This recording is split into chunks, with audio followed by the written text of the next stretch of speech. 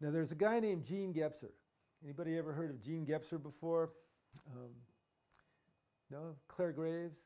Maybe? Okay. Gene Gebser.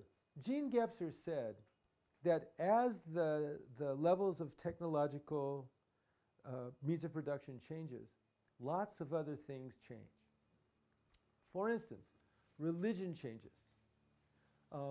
Slavery changes.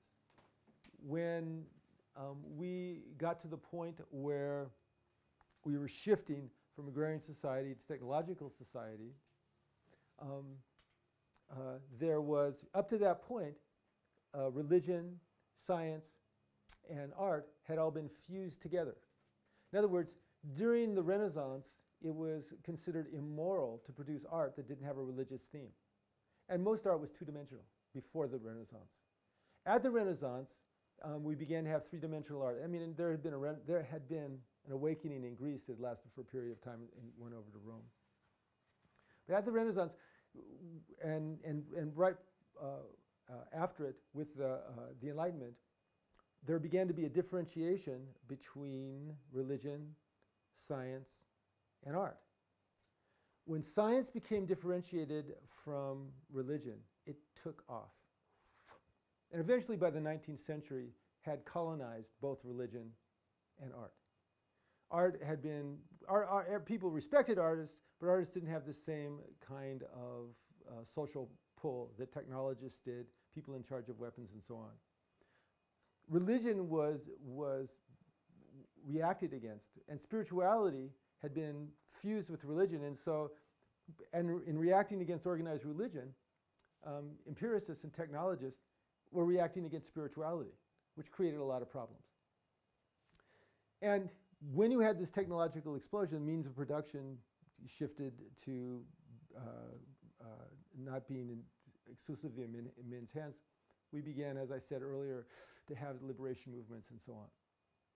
Now, developmentally, we can see beige. Now, remember the article, beige, the spiral dynamics articles?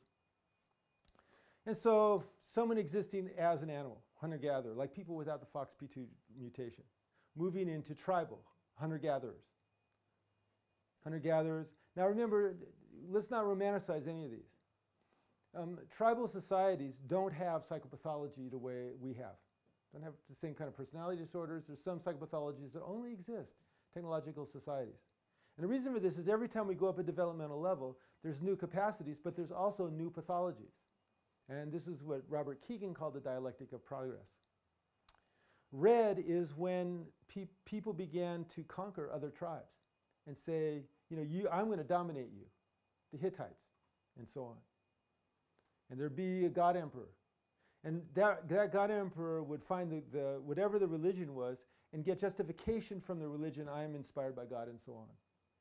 But 1, 2, 3 generations, that religion would come up with moral standards that were codified into rules and books like Bibles and the Quran and the Talmud and so on.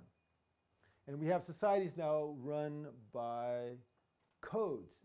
These codes are based on religious biases, but the codes, in many, at least theoretically, have more power than individual power gods. Then, with the technological revolution, we had rationality beginning to take charge. And this happens developmentally, infant, 3 to 4 year old, 2 to 3 year old, 4 to 5 to 6 year old, 6 to 11 year old. Formal operational, we begin to have more rational. Formal operational, you can hold competing concepts. The technological revolution, the liberation movements, rationality, capitalism, and so on. And then, when there's plenty of food, there's plenty of understanding, there's peace, and so on, people start wanting, human beings, beautifully, wonderfully, become more generous. And so in environments where there is generally peace, generally education, generally plenty, we start having pluralistic societies. Very much like the social democracies of Northern Europe.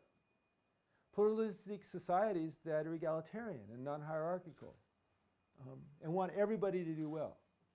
They don't want anybody to be in charge of anybody else. Now, rationalists, capitalists, tend to think these people are fuzzy-headed idealists, and these people tend to think these people are money-grubbing, business morons. And both these people hate fundamentalists because, they're full of it, okay? And all three of these think that people who are egocentric are completely selfish and screw them, okay? And, you put them together and they fight. If they continue to develop, now this is so, all these worldviews, these are what have dominated human history. And in our generation, we saw a shift. We saw a shift from this worldview to this worldview.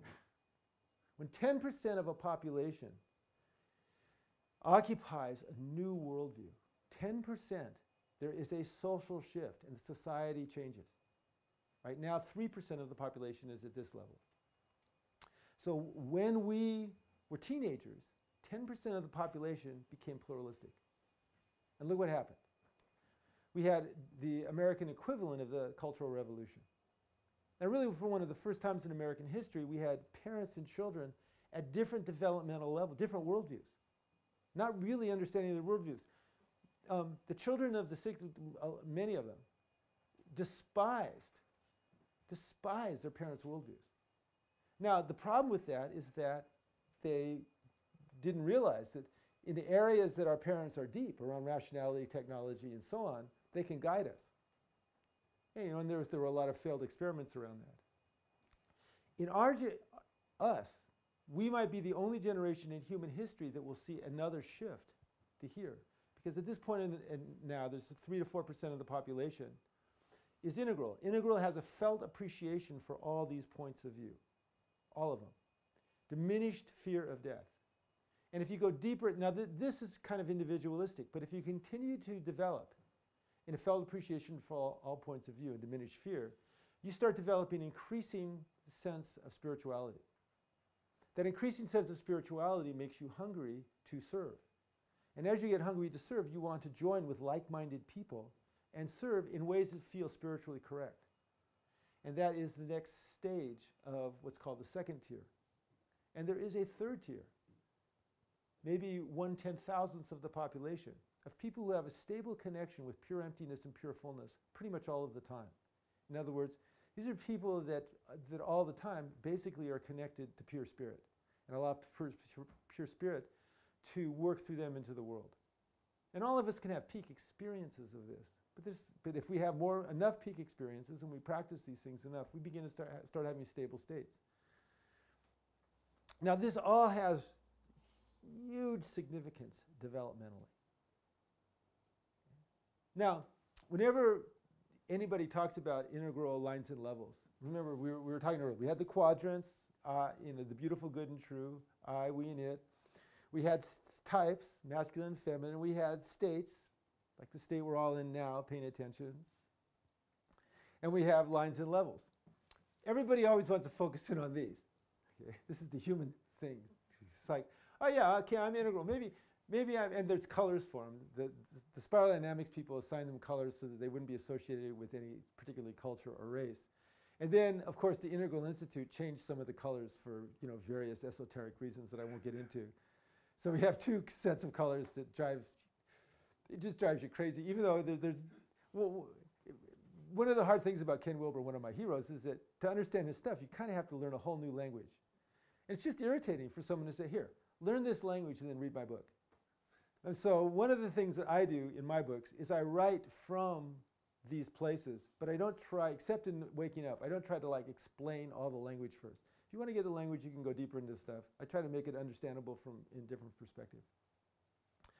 And so in our generation, we might see two of these shifts.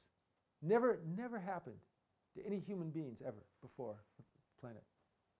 And it's interesting to me that it's happening while we are having such profound effects on the planet. The ecosystem, overpopulation, depletion of resources, all those things. That simultaneously we have Eros and Thanatos accelerating destruction and the evolutionary edge.